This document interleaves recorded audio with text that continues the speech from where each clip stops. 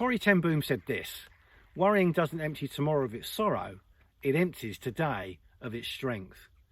In this world, anxiety and insecurity often go hand in hand, and it's difficult to increase your inner strength and self-esteem when everything around you makes you anxious. Welcome to this week's Hope from the Hills. The Bible says this: "Cast all your anxieties on him because he cares for you." That's 1 Peter chapter 5 and verse 7.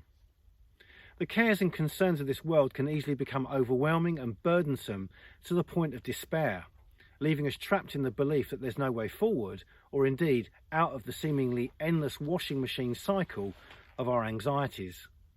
Managing everything alone or finding the daily energy to keep going is exhausting, whilst at best, independence says to you that you have a range of strategies and self-help skills that will just about keep your head above the wind and the waves if you just keep going, but if you keep going alone.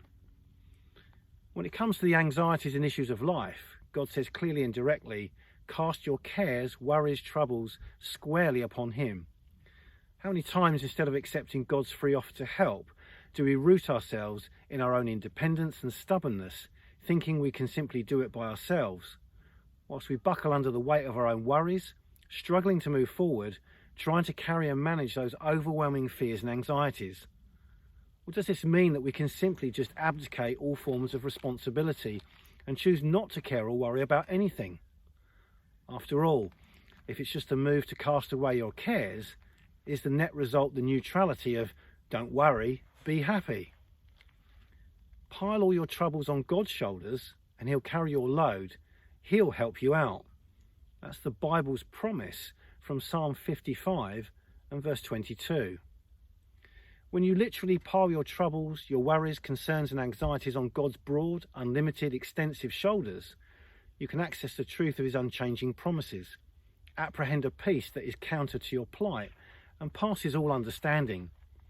That in turn releases you from having to worry, stress or succumb to everything or anything, for nothing is impossible for him.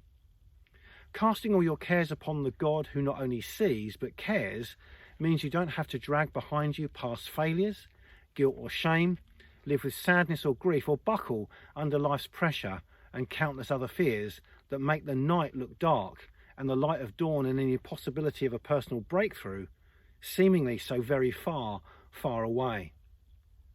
This is stepping out into the assurance of faith to allow God in and trust that he will lift that weight that you were never meant to carry alone, take it off your shoulders and free you to walk in the light of forgiveness and grace, seeing those very things that might have just come out of nowhere or threatened to overwhelm you evaporate away in the dawn's light of his help, his hope and his promises.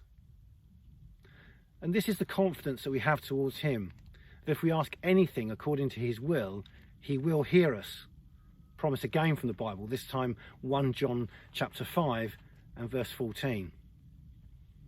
When you choose to surrender your anxieties and troubles to God alone, it doesn't immediately solve everything.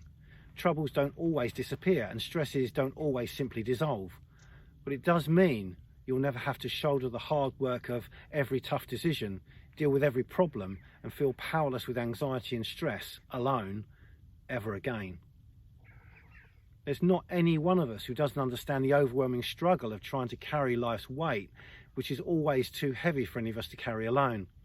And by definition and promise, each of us are equally just a heartbeat and breath away from knowing the relief, comfort, hope, freedom and security of letting God come alongside us to both help, enable and empower us to cope. All in all, it remains our individual responsibility to stop trying in the struggle to hold on and bridge the gap between us and the God who cares so much that he wants the very situations and circumstances that you and I are unable or often ill-equipped to carry in our own strength. He wants to take those and willingly and faithfully come alongside us that we might accept his invitation to bear our burdens and then let them go. For he has already made a way where there would appear for so many of us not to be one, if we'd only take him at his word and place our hope and our trust in him. I'll see you next time.